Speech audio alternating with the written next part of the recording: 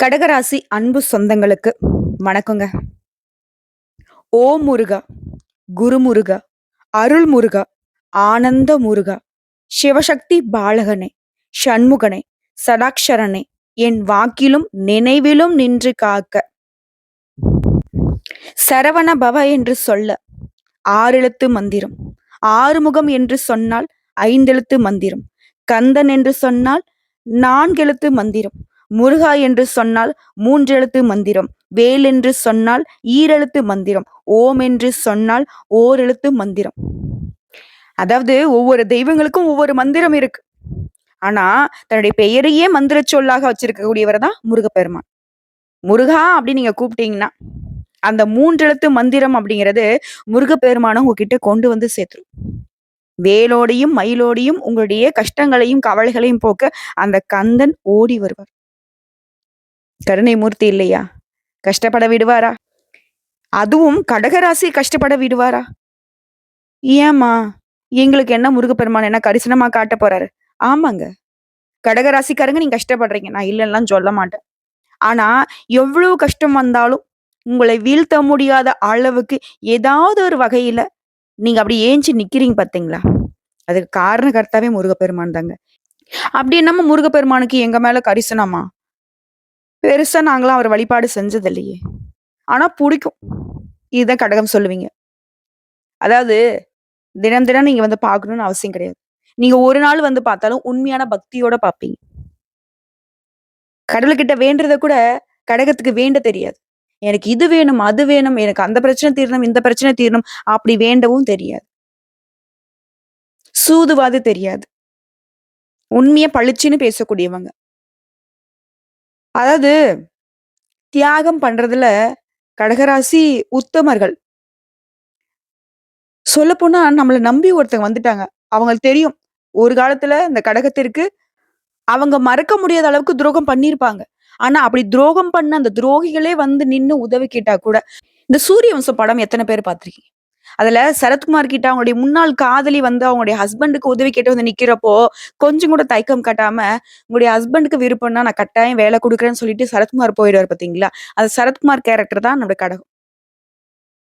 எதுக்குமே துணிஞ்சவங்க தான். உண்மையான உழைப்பாளிகள் தான். கட்டாயம் நீங்க ஒரு நாள் அந்த சரத்குமார் மாரி தாங்க வலம் வர போறீங்க. பெண்களா இருக்கீங்களா? கண்டிப்பா தேவயானி மாதிரி. தன்னுடைய லட்சியத்தையும் அடைந்து, மத்தவங்கலாம் அண்ணாந்து பார்க்கக்கூடிய அளவுக்கு உயர்வை அடைய போறீங்க. கொஞ்சம் மன வருத்தம் இருக்கதான் செய்யுது. என்னடா இது நமக்கு இவ்ளோ கஷ்டத்த குடுத்துருக்காங்க. ஆனா நம்மளால மறுத்து பேச முடியல. எல்லாருக்கும் நல்லதே நினைக்கிறது தான் இந்த கடவுள். அதனால தான் இவ்ளோ கஷ்டம். இல்லன்னு மறுக்க சொல்லுங்க பார்க்கலாம் கடகராசிக்காரங்கள. ஒண்ணும் இல்ல. புடிக்காதவங்க 1000 பேர் இருக்கட்டும். ஆனா அந்த 1000 பேருமே நல்லா இருக்குன்னு நினைப்பாங்க இந்த கடகராசிக்காரங்க. புரியுதுங்களா? நான் முன்னாடி சொன்னேன். இவங்களுடைய வாழ்க்கைய சீரழிச்சிருப்பாங்க. கஷ்டப்படுத்தியிருப்பாங்க, அவமானப்படுத்தியிருப்பாங்க, அசிங்கப்படுத்தியிருப்பாங்க. அப்பேற்பட்டவங்களுக்கும் நல்லது நினைக்கிறதுனா, அது கடகத்தை தவிர்த்து வேறு எந்த ராசியும் அடையாளப்படுத்த முடியாது. இப்படிப்பட்ட குணம் கொண்ட கடக ராசிக்கு தலைப்பு பார்த்திருப்பீங்க. மார்ச் 31ஆம் தேதி முடியறதுக்குள்ள உங்களுக்கு இருக்கக்கூடிய 8 பிரச்சனைகள் முடிவுக்கு வரப்போகுது. கடகத்திற்கு 100க்கு 100% ரகசியமான பதிவுங்க. இது உங்களுக்கு ஆப்போசிட்ல இருக்கிறவங்களுக்கு தெரியாம வச்சுக்கோங்க. அதே மாரி முதல்ல உங்களுக்கு இருக்கக்கூடிய பிரச்சனைய தெரிஞ்சுக்கிட்டு, அது சரியாகக்கூடிய நேரத்துல ஒரு சில விஷயங்கள நீங்க கவனமாவும் இருக்கணும். அதையும் வந்து புரிஞ்சுக்கோங்க. எல்லாமே மாறப்போகுது. குறிப்பா அந்த மார்ச் மாதம் அப்படிங்கிறது, இந்த அஷ்டம சனியோடைய கடைசி ஆட்டம். ஸோ இந்த நேரத்துல நம்ம கவனமா இருக்கணும். ஆனாலும் பரவால்லப்பா, நீ ரொம்ப கஷ்டப்பட்டுட்ட. ஸோ அதனால சனீஸ்வர பகவான் உங்கள சோதனைக்கு உள்ளாக்குனாலும், நாங்களா உங்களுக்கு அதாவது அவர ஒருத்தர நிறுத்தி மத்த 8 பேரும் உங்களுக்கு சாதகமா நிக்கிறேன்னு சொல்லிட்டு, அந்த 9 நவகிரகங்கள்ல 8 பேர் உங்களுக்கு சாதகமா வந்து நின்னு, இந்த சனீஸ்வர பகவானுடைய கடைசி ஆட்டத்த உங்களுக்கு பாதிப்பு வராத மாரி தடுத்து நிக்கிறாங்க.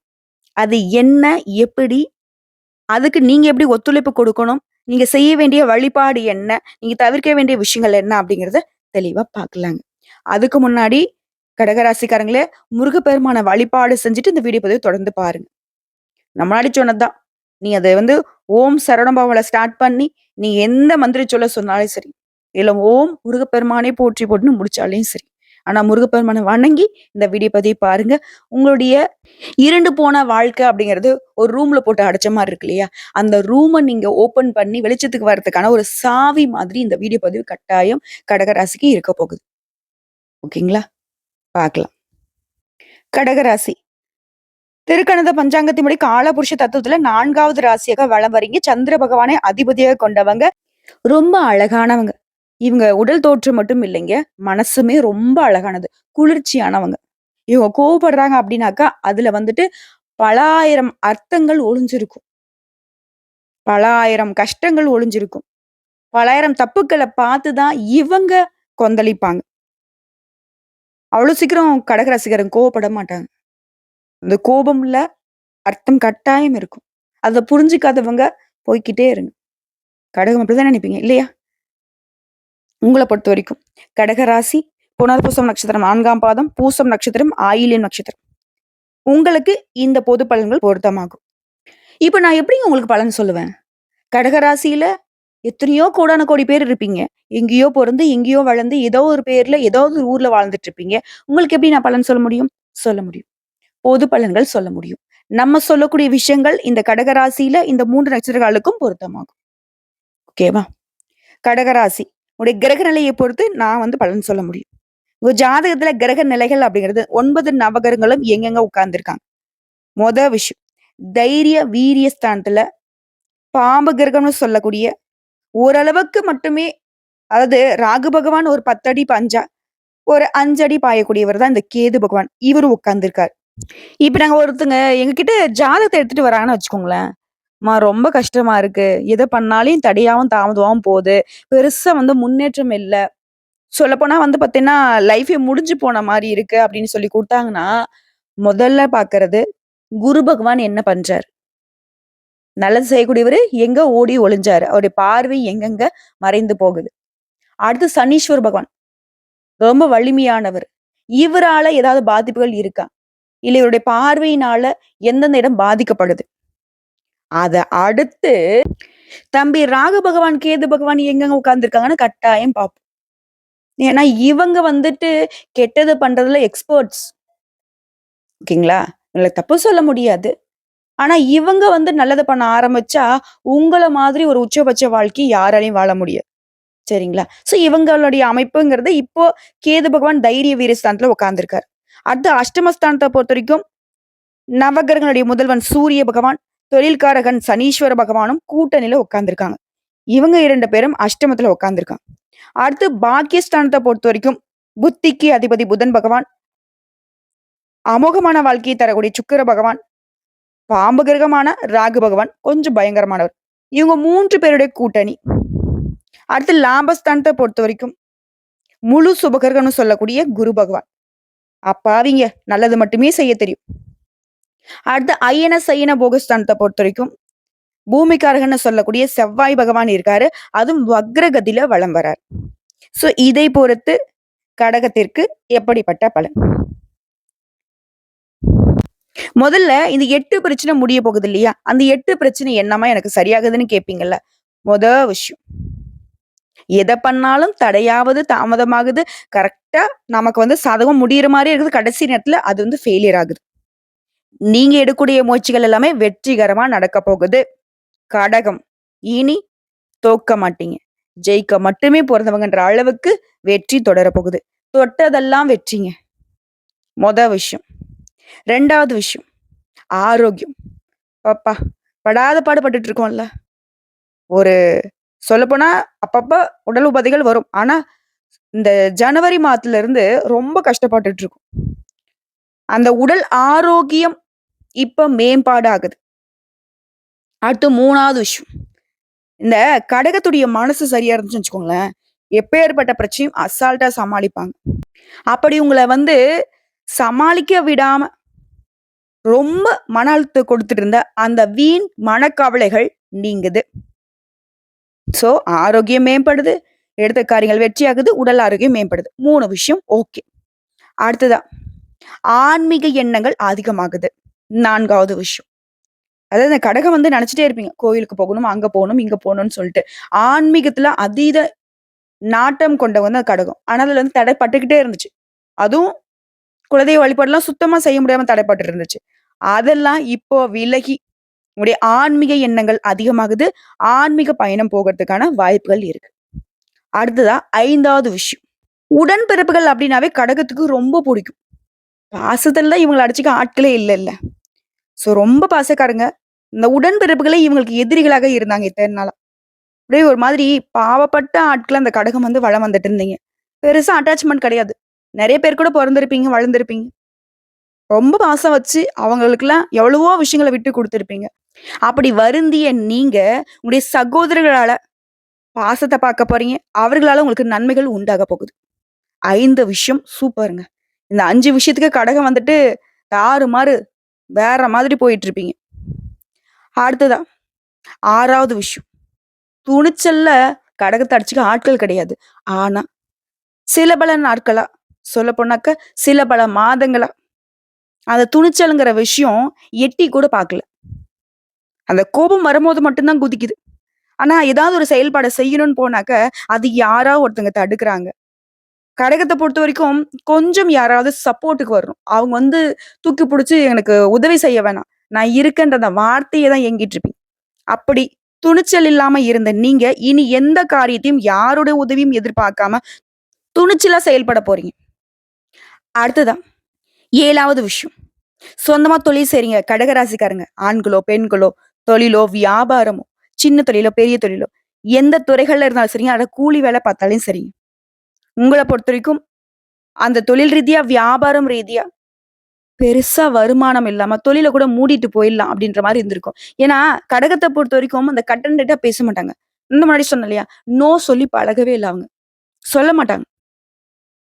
இப்படிப்பட்ட நிலையில இருந்த நீங்க, இப்போ வியாபாரத்திலயும், தொழில்லயும் சில சூட்சமங்கள புரிஞ்சுகிட்டு, கட்டாயம் இத நம்ம சொல்லி தான் ஆகணுன்ற ஒரு புரிதலோட வியாபாரம் பார்க்க போறீங்க. வியாபாரம் விருத்தி அடைய போகுது. வியாபாரத்துல நீ எதிர்பார்த்த விட கூடுதல் லாபமும் கிடைக்க போகுது. அடுத்ததா 8வது விஷயம். பண பிரச்சனை. நிதி உதவிகள் கிடைக்க போகுது. உங்களுக்கு தேவையான பண உதவி கிடைக்க போகுது.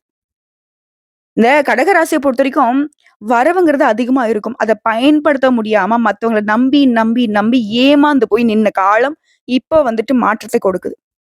ஏற்கனவே உங்களுக்கு வர வேண்டிய பணம் வராம இருந்திருக்கும். அது இப்ப கைக்கு வரும். அதே மாரி உங்களுடைய தொழில் ரீதியா புதிய ஆர்டர்கள் இப்ப வந்து சேரப்போகுது. இதே உத்தியோக பணிகள்ல இருக்கீங்க அப்படின்னாக்க, வேலைப்பளு இருந்திருக்கும், வீண் அலைச்சல் இருந்திருக்கும். அது எல்லாமே இப்ப சரியாகுது. புரியுதுங்களா? அடுத்ததா குடும்பம்ங்கிறது கடகராசிக்கு உசுரு. குடும்பம் தான் அவங்களுடைய உலகம். குடும்பத்த தாண்டி கடகத்திற்கு வேற ஒண்ணுமே கிடையாது. அந்த குடும்பத்துக்கு ஒரு பிரச்சனை அப்படின்னா, அந்த உலகத்தவே எதிர்த்து நிப்பாங்க. அதாவது எக்ஸாம்பிள் சொல்றேன்னா, குடும்பத்துல சின்னதா ஏதோ ஒரு பிரச்சனை நடக்குது. ஒரு ஊரே எதிர்த்து வருதுன்னா கூட, அந்த குடும்பத்துடைய பாதுகாப்புக்கு அந்த ஊரவே எதிர்த்து நிப்பாங்க. 1000 பேரு வரட்டுங்க. ஒத்தாளா நின்னு அவங்க எல்லாருக்கும் பதில் குடுப்பாங்க. எல்லாரையும் சமாளிப்பாங்க. கடகம் அந்த அளவுக்கு குடும்பத்த நேசிப்பீங்க. அப்படிப்பட்ட குடும்பத்துல இத்தனை நாட்களாக இருந்து வந்த பிரச்சனைகள் மறையுது. அதே மாரி புதுசா வீடு வாங்குறது, அது வாங்கக்கூடிய முயற்சிகள்ல இப்ப வெற்றி உண்டு. வாகனம் வாங்குறது, அதன் மூலம் ஆதாயம் உண்டு. அதுமாரி குடும்பம் சார்ந்த விஷயங்கள்ல நீங்க பேசுறீங்க அப்படின்னாக்க, வார்த்தைகள வந்து கோர்த்து பேசுவது நன்மைய கொடுக்கும். கொஞ்சம் தயங்குறதோ, அந்த மாரிலாம் வேணாம். குடும்பத்துக்காக பேசுறீங்க அப்படின்னா, அதுவும் சுபகாரியங்கள் தொடர்பாக பேசுறப்போ, மனசுல பட்டத கடகடன்னு பேசிருங்க. அடிச்சு தூள் கெளப்புங்க. எல்லாமே சுபமா நடக்கும். இது பெண்கள பொறுத்தவரைக்கும் மனக்குழப்பங்கள் தீருது. கலைத்துறையில இருக்கிறவங்களுக்கு நீங்க அமைதியா இருந்தாலும் சரிங்க, வீண் சண்டைகள் தேடி வரதுக்கு வாய்ப்பு இருக்கிறதுனால, கலைத்துறையில இருக்கிறவங்க கவனமா இருக்கணும். முன்னாடி சொன்ன வரைக்கும் சாதகமா, இப்போ கொஞ்சம் கவனமா இருக்கக்கூடிய இடத்த தான் நம்ம பார்க்க போறோம். ஸோ, கொஞ்சம் செயல்பாடுகள்லயும் சரி, பேச்சு வழக்குகள்லயும் சரி கவனமா இருங்க. அடுத்த அரசியல்வாதிகள பொறுத்தவரைக்கும் நல்ல பெயர் வாங்குவீங்க. ஓகேங்களா? உடைய எதிர்பார்ப்புகள் எல்லாமே பூர்த்தி ஆகும். மாணவர்கள பொறுத்தவரைக்கும் மிக கவனமாக பாடங்களை படித்து கூடுதல் மதிப்பெண் பெற முயற்சி செய்யுங்க. உங்களுக்கு தேவையான உதவிகள் தன்னால கிடைக்கும். கடகத்துல ஒரு விஷயம் சொல்றேன் கேட்டுக்கோங்க. முயற்சின்னு ஒண்ணு பண்ணிட்டீங்கன்னா, அது தன்னால உங்கள வெற்றி பாதைக்கு கொண்டு போய் சேர்த்துரும். உங்களுக்கு மகுடம் சூட்டிடும். புரியுதுங்களா? நான் கடகம் ஒரு இடத்துல கால் வைக்கிறீங்க அப்படின்னா, நீ இருக்கக்கூடிய இடம் புனிதமானது தான். உங்கள ஒருத்தங்க தப்பு சொல்றாங்க. உங்கள ஒருத்தங்க அசிங்கப்படுத்துறாங்க, அவமானப்படுத்துறாங்க அப்டின்னாக்க, பயப்படாதீங்க. வருத்தப்படாதீங்க. அவங்களே திரும்பவும் உங்க கால்ல விழக்கூடிய நிலைமைய நெறைய இடங்கள்ல நீங்க பார்த்திருப்பீங்க. அது திரும்பவும் நடக்கும். பயம் வேணாம். ஒரு சிலர் சொல்லியிருப்பாங்க, "ஏய்! நீ என்ன ஆஹா, ஓஹோ! இப்படி அப்படின்னு பேசியிருப்பாங்க." ஆனா, அவங்களே திரும்பவும் உங்கள புரிஞ்சுகிட்டு, பேச முடியாம, மென்னு முழுங்கி உங்ககிட்ட உதவி கேட்டுலாம் நின்னுருப்பாங்க. நம்ம சொல்லக்கூடிய விஷயங்கள் உண்மை நெனச்சா கமெண்ட் பாக்ஸ்ல பதிவிடுங்க. கடகத்திற்கு எப்பவுமே உங்களுடைய கை ஓங்கி நிற்கும். சொல்லப்போனா, அடுத்தடுத்து வரக்கூடிய நாட்கள்ங்கிறது கடகத்திற்கு அதிர்ஷ்டம் நிறைந்ததாக இருக்க போகுது. "அம்மா, நான் எல்லாம் சொன்னாங்கம்மா. எனக்கு அஷ்டம சனி முடிய போகுதா, இப்பதான் நான் ரொம்ப பயந்துகிட்டு இருக்கணுமா?" அப்படின்னு. அதெல்லாம் ஒண்ணும் வேணாம். நான் முன்னாடி சொன்னது தான். நீங்க பட்ட கஷ்டத்துக்கெல்லாம் சனீஸ்வர பகவானே தண்டிக்க நெனச்சா கூட, மத்த கிரகங்களுடைய அமைப்பு உங்களுக்கு சாதகமா நிக்குது. எப்படின்னா, உங்கள பாதுகாத்து நிக்குது. புரியுதுங்களா? இப்போ அப்பா நம்மள அடிக்க வராரு அப்படின்னாக்க, அம்மா தடுப்பாங்க, அக்கா தடுப்பாங்க, அண்ணன் தடுப்பாங்க, தம்பி தடுப்பாங்க. அந்த மாதிரி. ஏன் தாத்தா, பாட்டி வரைக்கும் எல்லாரும் ஓடி வந்து தடுப்பாங்க பார்த்தீங்களா? அந்த மாதிரி தாங்க. ங்களா? இனி உங்கள யாராலும் கஷ்டப்படுத்த முடியாது. இது தொழில் பண்றீங்க, வியாபாரம் பார்க்குறீங்க அப்படின்னாக்கா, நீ எதிர்பாராத வெற்றி கிடைக்க போகுது. லாபம் கிடைக்க போகுது. நீங்க வேலை பார்க்கக்கூடிய இடங்கள்ல பெரிய பொறுப்புகள உங்கள நம்பி குடுப்பாங்க. நிலம் வாங்குவீங்க, வீடு கட்டுவீங்க, கட்டிடம் கட்டுவீங்க. அதே மாரி நிலம் வாங்குறது, விக்கிறது இதன் மூலமா லாபம் கிடைக்கும். வேலை செய்யக்கூடிய பெண்களா இருக்கீங்க அப்படின்னாக்கா, மரியாதை கிடைக்கும். பணியிடங்கள்லயும் சரி, குடும்பத்திலயும் சரி அதிகரிக்கும். சமுதாயத்திலலாம் ஒரு நல்ல பெயரோட வலம் வரப் போறீங்க. அரசாங்க தொடர்புடையவங்களுக்கெல்லாம் பதவி உயர்வு கிடைக்கும். புனித யாத்திரை போயிட்டு வரக்கூடிய வாய்ப்புகள் இருக்கு. எல்லாமே சூப்பரா இருக்கிறப்போ, இந்த கடக ராசிக்காரங்க உடல் ஆரோக்கியத்துல மட்டும் கொஞ்சம் அக்கறை வச்சுக்கோங்க. இன்னும் சின்ன சின்ன பிரச்சனை வரதுக்கு வாய்ப்பு இருக்கு.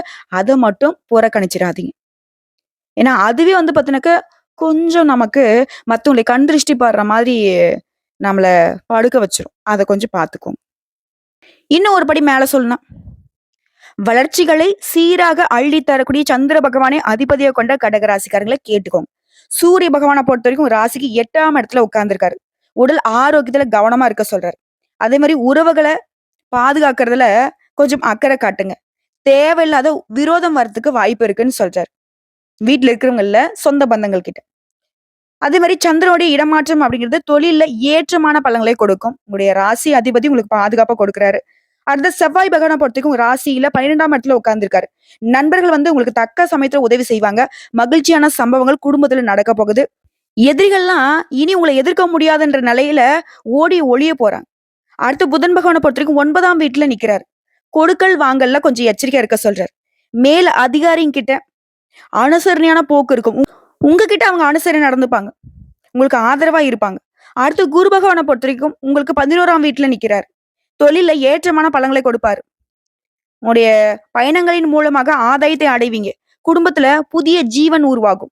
புரியுதுங்களா? குழந்தை பாக்கியத்துக்கு வாய்ப்பு இருக்கு. அடுத்து சுக்கிர பகவான பொறுத்தவரைக்கும் 9ஆம் இடத்துல இருக்காரு. கலைத்துறையில இருக்கவங்கலாம் புகழும், செல்வாக்கும் அடைய போறீங்க. சிலர்லாம் வெளிநாட்டு பயணம் மேற்கொள்ள யோகம் இருக்கு. அடுத்து சனீஸ்வர பகவான். இவர் தான் அஷ்டமத்துல உட்கார்ந்திருக்காரு. வெளியிடங்கள்ல ஆண்களா இருந்தீங்கனாக்கா பெண்கள்கிட்டயும், பெண்களா இருந்தீங்கனாக்கா ஆண்கள்கிட்டயும் எச்சரிக்கையா இருங்க. அடுத்து ராகு பகவான பொறுத்தவரைக்கும் 10ஆம் இடத்துல உட்கார்ந்திருக்காரு. விஐபியோட சந்திப்பு, அதன் மூலம் தொழில்ல முன்னேற்றத்தை கொடுக்கிறாரு. அடுத்ததா இந்த ராகு பகவானுடைய 9ஆம் இடம்ங்கிறது, தகப்பனார் வகையில கொஞ்சம் மருத்துவ செலவு ஏற்படுறதுக்கு வாய்ப்பு இருக்கு. சோ அப்பாவ பத்திரமா பார்த்துக்கோங்க. புரியுதுங்களா? புரியுதுங்களா? இப்ப ராகு பகவான பொறுத்தவரைக்கும் உங்களுக்கு உயர்வையும் குடுக்குறாரு. அதே நேரத்துல அப்பா வகையில கொஞ்சம் உங்களுக்கு தடுமாற்றத்தையும் கொடுக்குறாரு. சோ அத நம்ம சரி செஞ்சுக்கணும். அடுத்ததான் கேது பகவான். ராகு பகவான பொறுத்தவரைக்கும் அண்ணன்னா, அந்த கேது பகவான் தம்பி. இவரு என்ன பண்றாரு? 3ஆம் இடத்துல உட்கார்ந்திருக்காரு. அண்ணனாவது ஒரு நல்லத பண்ணாரு. ஆனா இவரு என்ன பண்றாருனாக்க, தொழில்ல இடையூற உண்டாக்குறதும், வியாபாரத்துக்காக உங்கள கடன் வாங்க வைக்கிறதும் வேலையா பார்த்துட்டு இருக்காரு. இப்ப நம்ம என்ன பண்ணணும்? தொழில்ல, வியாபாரத்துல கவனமா இருக்கணும். சோ இப்ப வரைக்கும் பார்த்தது பொது பலன்களா? இதுவே உங்களுக்கு நல்லா தெரிஞ்சிருக்கும். கடக ராசிக்காரர்களுக்கு எல்லாமே சரியாயிடுச்சு. ஒரு சில விஷயங்கள் நம்ம எச்சரிக்கையா இருந்தா போதுங்கிறது. இப்ப நம்ம நட்சத்திர பலன்கள பார்க்கலாம். கடக ராசி புனர்பூசம் நட்சத்திரம் 4ஆம் பாதம். நீங்க நெனச்சது நடக்கும். தடைப்பட்ட வருமானம் வரும். வியாபாரத்துல லாபம் கிடைக்கும். குடும்பத்துல இந்த நெருக்கடிகள் விலகும். நீங்க எடுக்கக்கூடிய முயற்சிகள் வெற்றியாக மாறும். ஒரு சிலருக்கு புதிய சொத்து சேரும். வீட்ல சுபகாரியம் நடக்கும். மாணவர்கள பொறுத்தவரைக்கும் படிப்புல முன்னேற்றம் உண்டாகும். அடுத்து பூசம் நட்சத்திரம். சனி பகவான், சூரிய பகவான், செவ்வாய் பகவான், கேது பகவான் இவங்களால சங்கடங்கள் ஏற்பட்டாலும் குருவினுடைய பார்வையினால உங்களுக்கு பாதுகாப்பு. தலைக்கு வந்தது தலைப்பாகியோட ஓடி போயிடும். நினைச்ச வேலையை நினைச்சபடியே நடத்தி முடிச்சுப்பீங்க. உங்களுக்கு வர வேண்டிய பணம் கைக்கு வரும். திருமண வயதுல இருக்கிறவங்களுக்கு நல்ல வரன் அமையும். அடுத்த ஆயுள் நட்சத்திரம். உடைய கனவுகள் நனவாக போகுது. இழுபறியாக இருந்த பிரச்சனைகளுக்கெல்லாம் முடிவு கிடைக்கும். புதிய சொத்து சேரும். அஷ்டம சனி சூரியனால நீங்க வேலை பார்க்கக்கூடிய இடங்கள்ல நெருக்கடிகளுக்கு ஆளாகிறதுக்கு வாய்ப்பு இருக்கு. அப்ப என்ன பண்ணணும்? நம்ம வேலையில நம்ம கவனமா இருக்கணும். அதே மாதிரி அரசு வழிகள்ல சில சங்கடங்கள் உண்டாகிறதுக்கு வாய்ப்பு இருக்கு. வியாபாரிகளை பொறுத்த வரைக்கும் நெருக்கடிகள் வர்றதுக்கும், உங்களுடைய எதிர்பார்ப்புகள் தள்ளி போகிறதுக்கும் வாய்ப்பு இருக்கு. சோ இது எப்படி சரி செய்யணுங்கிறத தான் நம்ம முதல்ல பார்க்கணும். சரியா? நல்லதை எப்படி நம்ம அக்செப்ட் பண்றோமோ, அதே மாதிரி நல்லத கூட நீங்க மனசுல வச்சுக்காம போங்க. ஆனா, இந்த மாதிரி எச்சரிக்கை விஷயங்கள மனசுல வச்சுக்கிட்டு ஒவ்வொரு செயல்பாடும் இருக்கணும். விழிப்புணர்வோடு இருந்துட்டோம் அப்படின்னா போதும். சனீஸ்வர பகவான் ஒதுங்கி நிப்பாரு. சனீஸ்வர பகவானே ஒதுங்கி நிக்கிறப்ப இந்த ராகு கேது நம்மள என்ன பண்ணிடுவாங்க? அவங்க அப்படியே சனீஸ்வர பகவானுக்கு பின்னாடி வாழ புடிச்சிட்டு போற மாரி ஓடி போயிடுவாங்க. சோ எல்லாமே விலக போகுது. கடகத்திற்குடைய வாழ்க்கை நிலை உயர்வுக்கு தான் போக போகுது. புரியுதுங்களா? உங்கள பொறுத்தவரைக்கும் பரிகாரம்ங்க. கைலாசநாதரை வழிபாடு செய்ய நினைச்சது எல்லாமே நடக்கும். 2வது பரிகாரம். திங்கட்கிழமைகள் தோறும் சிவபெருமானுடைய ஆலயத்துக்கு சென்று வில்வ இலைகளால அர்ச்சனை செய்து வழிபாடு செய்ய. அதோட திருப்பதிகத்தையும் பாராயணம் செய்வதனால குறைகள் நீங்கும். அடுத்து 3வது பரிகாரங்க. திங்கட்கிழமைகள்ல சிவபெருமான வழிபாடு செய்யற மாதிரியே அன்றைய நாள்ல அருகில் இருக்கக்கூடிய ஏதாவது ஒரு அம்மன் ஆலயத்துக்கு சென்று தீபம் ஏற்றி வழிபாடு செய்ய துன்பங்கள் விலகும். குடும்பத்துல ஒற்றுமை உண்டாகும். சோ எப்படி பார்த்தாலும் சரிங்க, கடகத்துடைய கவலைகள் மறைய போகுது. கஷ்டங்கள் காணாம போக போகுது. உங்களுடைய ஒவ்வொரு சொட்டு கண்ணீருக்குமே எல்லா தெய்வங்களும் பதில் சொல்ல போறாங்க. குறிப்பா சனீஸ்வர பகவான் அவர் இத்தனை நாளா உங்களுக்கு கொடுத்த கஷ்டங்களுக்கு பதில் சொல்லிட்டு தான் உங்களை விட்டு விலகி போவார். விலகி போறதுன்னா உங்களை காயப்படுத்திட்டு அப்படியே விட்டுட்டு போறது இல்ல. அந்த காயத்தையே மறைய வைக்கக்கூடிய அளவுக்கு எல்லா விதங்கள்லயும் உங்களுக்கு ஒத்துழைப்பு கொடுத்துட்டு உயர்வான வாழ்க்கையை கொடுத்துட்டு ஒதுங்க போறார். புரியுதுங்களா? கடகராசிக்காரங்களே, சந்தோஷமா இருக்க போறீங்க. வரக்கூடிய வாய்ப்பு கரெக்டா பயன்படுத்துங்க. அதே மாதிரி என்ன செய்யணும், என்ன செய்யக்கூடாது, இதுல தெளிவு இருக்கட்டும். திரும்பவும் சொல்றேன், யாரையும் நம்பாதீங்க. பண விஷயத்துல எச்சரிக்கையா இருங்க. உங்களுடைய செயல்பாடுகளும் சரி, உங்களுடைய பேச்சுக்களிலும் சரி, நிதானத்தை கடைபிடிங்க. இப்படி இது எல்லாத்தையும் கரெக்டா ஃபாலோ பண்ணிட்டீங்க அப்படின்னா, உங்களுக்கு அந்த தெய்வமே சூழ்ச்சி செஞ்சா கூட சரிங்க. அந்த சூழ்ச்சியை நீங்க முறியடிச்சிருவீங்க. அந்த அளவுக்கு உங்களுடைய பலம் கூடுது, வளம் உண்டாகுது. வாழ்த்துக்கள். முருகப்பெருமானுடைய அனுகிரகம் பரிபூர்ணமா உங்களுக்கு துணை வந்திருக்கு. கந்த கடவுள் இருக்க கடகத்திற்கு கவலை எதுக்குங்க? வெற்றிவேல் முருகனுக்கு அரோஹரா.